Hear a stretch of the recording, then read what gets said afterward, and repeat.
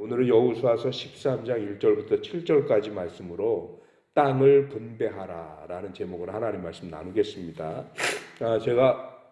저희가 어저께 11장까지 했는데 중간을 건너뛰었어요. 12장을.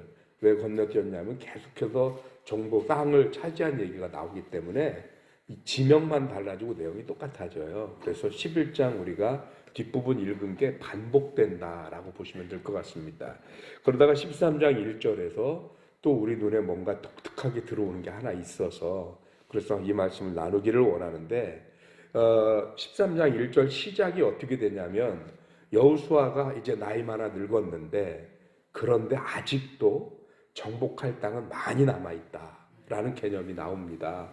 그러니까 아직 정복이 끝나지는 않았어요. 정복할 땅이 아직 많이 남아있기는 해요. 그런데 땅은 많이 남았는데 여호수아는 자꾸 이제 늙어가고 있어요.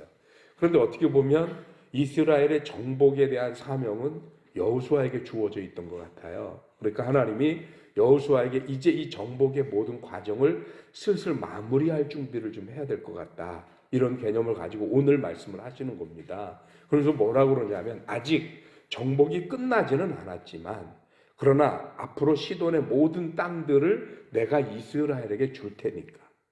그러니까 그것을 줄 것을 전제로 일단 땅을 나눠줘라. 민족들에게 지파별로 땅을 나눠주면 그러면 그들이 그 땅의 주인이 될 테니 땅을 먼저 나눠주라고 얘기를 하는 겁니다. 지금 이게 말이 좀 앞뒤가 안 맞는 얘기 아닙니까? 왜냐하면 땅을 나눠주려면 어떻게 해야 되는 거예요? 정복이 끝나야지요. 땅을 먼저 차지하고 정복이 끝나야 나눠주는 건데 아직 정복이 다 끝나지도 않았어요. 그런데도 나눠주라는 겁니다. 여기 몇 가지 전제가 있습니다. 첫째, 하나님이 뭐라고 그러냐면 나를 믿고 나를 의지하고 그 믿음을 가지고 나눠줘라 얘기를 하는 겁니다. 여러분 제가 우리 교회에 와서 여러 번 강조하고 얘기한 것 중에 성도는 미래를 앞당겨 사는 사람이다. 이 말씀을 드린 적이 있어요. 오늘 눈앞에 벌어진 것만 갖고 사는 게 아니고요. 우리는 믿음의 사람들이잖아요. 그렇죠? 그래서 앞으로 하나님이 우리를 인도하시고 축복하실 걸 믿고 그리고 그 미래를 앞당겨 사는 사람이 성도예요.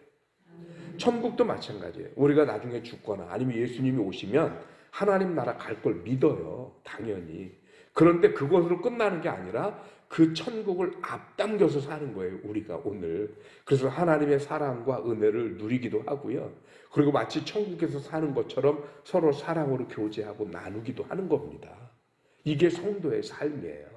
하나님이 그 성도의 삶에 대해서 아주 전형적인 부분을 오늘 여호수아에게 말씀하고 계시는 겁니다.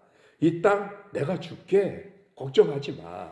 그 대신 뭐 하는 거냐면 미리 이 땅을 분배해서 이스라엘 백성들로 하여금 이 땅에 대한 사명을 갖게 해라 하는 것입니다. 여러분 이게 되게 웃긴 거 아십니까? 저도 감리교 본부에서 근무를 해봤는데 본부에서 만들어주는 그 자리나 책상이나 이게 내게 아니잖아요. 본부 거잖아요. 제가 오늘이라도 본부에 사임하면 거기 있는 물건은 하나도 없어요. 제게. 거기 있는 책까지 뭐 이런 것만 제 거지 제게 아니에요. 근데도 그 자리가 되게 웃기는 거 아세요? 제가 응급부장을 하다 왔는데 응급부장 자리는 가장 나쁩니다. 제일 구석탱이에 아주 좁아요. 반면에 지금 소택교에 와 있는 이인호 목사는 서무행정부장인데 거기는 뒤로 탁 돌면 청와대가 보이는 기가 막힌 자리예요. 뷰가 아주 제가 볼 때 대한민국 사무실 중에서 10손가락 안에 들어갈 거예요. 그렇게 좋은 자리예요. 그런데 참 아이러니하게 제가 응급부장을 사임하고 나오고 바로 그 이인호 목사가 제 후임으로 응급부장으로 왔어요. 근데 이 친구 같은 부장이거든요. 월급을 더 주는 것도 아니고 똑같거든요. 근데 그 서무행정부장 자리에서 매일 청와대 보이는 기가 막힌 자리에 있다가 창문도 없는 응급부장 자리에 오니까 어디 귀양 온 기분이래요. 도저히 못 있겠대요. 자기 자리가 아닌 것 같대요. 진짜로 3개월 만에 그만두고 소태 내려왔잖아요. 진짜로요. 이게 사람이 웃기는 거예요. 내 거다 싶으면 거기에 애착이 가는데 이거 내 거가 아닌 것 같아. 그러면 그 소유가 네 거냐 내 거냐 상관없이 정이 안 가는 거예요. 하나님이 이스라엘 백성에게 이 가나안 땅이 네 거야 라고 얘기하기 시작하면 이스라엘 백성들에게 어떤 마음이 생기겠습니까? 저거 빨리 가서 차지해야 되는데.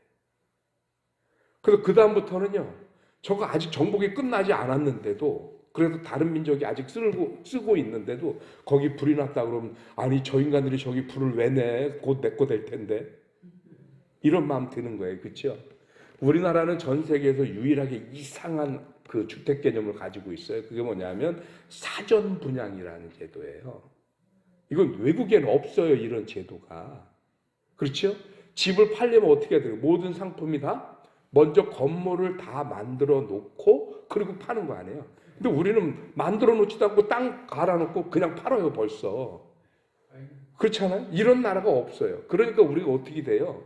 아파트 올라가는 거 보면서 저거 내가 살아야 될 집인데 싶으니까 그게 여상 안 보이는 거거든요. 그래서 뭐 그걸 잘 짓나 안 짓나, 콘크리트는 제대로 붙나 안 붙나 관심 있게 보게 되잖아요. 미리 사전 분양하니까. 그거하고 비슷해요. 여러분, 우리가 하나님이 나에게 사명이라고 먼저 주게 되면 우리는 그거에 대해서 관심을 가질 수밖에 없습니다. 하나님은 오늘 이스라엘 백성들에게 그렇게 얘기하는 겁니다. 정복이 늦어지는 것 때문에 혹여 이스라엘이 사명을 잊어버릴까? 하나님은 이것이 너희의 사명이고 너희의 기업이다라고 얘기를 하면서 땅을 먼저 분배해 주시는 겁니다. 그렇다면 오늘 저와 여러분들에게는 하나님이 무엇을 분배하시고 무엇을 비전과 사명으로 주셨을까? 요즘 코로나 이런 것 때문에 교회가 뭘 할 수 있는 게 별로 없어요. 지난주 우리 주일날 추수감사 주일에 대한 논의를 여러 가지 했는데 막상 얘기하려고 뚜껑 열어보니까 할 말이 별로 없죠. 할 게 사실 별로 없어요. 그럼 우리 그냥 손 놓고 그냥 이러고 있어야 되는 거냐? 저는 그런 것 같지는 않아요. 2021년, 2022년, 2023년 언젠가는 이거 해결될 거 아닙니까? 그렇다면 그 해결될 그 시간도 하나님이 우리에게 주신 시간이 분명하지 않나요? 그렇다면 우리는 그 시간을 우리의 시간으로 소유하고 오늘 분배받듯이 그리고 그 미래를 앞당겨 준비하고 예비하는 우리들의 신앙이 되어야 되지 않을까 하는 생각을 해봅니다. 바라기는 지금이라고 하는 이 현재 상황 때문에 우리가 미래 또는 사명 또는 비전 이런 거를 잃어버리지 않게 되길 주님의 이름으로 축원합니다. 오늘 하나님은 땅을 나눠준 게 아니에요. 이스라엘에게 뭘 나눠줬어요? 꿈을 나눠주셨어요. 저와 여러분들이 오늘 이 아침 하나님의 이 말씀을 통해서 지금의 우리 현실에 파묻혀 꿈을 잃어버리는 사람들이 아니라 이 현실 너머에 있는 하나님께서 우리에게 허락하시는 그 사명과 은혜 아래서 꿈을 오히려 더 굳건히 세워가는 저와 여러분들이 되시기를 주님의 이름으로 축원합니다. 기도하겠습니다. 하나님 고맙습니다. 크신 은혜 주셔서 오늘 우리로 하여금 하나님의 귀한 말씀을 통해서 하나님이 왜 정복이 끝나지도 않았는데 이스라엘에게 그 땅을 나누어 줬는지 그 의미를 알게 하시니 감사합니다. 하나님이 이스라엘에게 꿈을 주셨습니다. 하나님이 이스라엘에게 기업을 통한 미래를 설계할 수 있는 그 미래의 희망을 주셨습니다.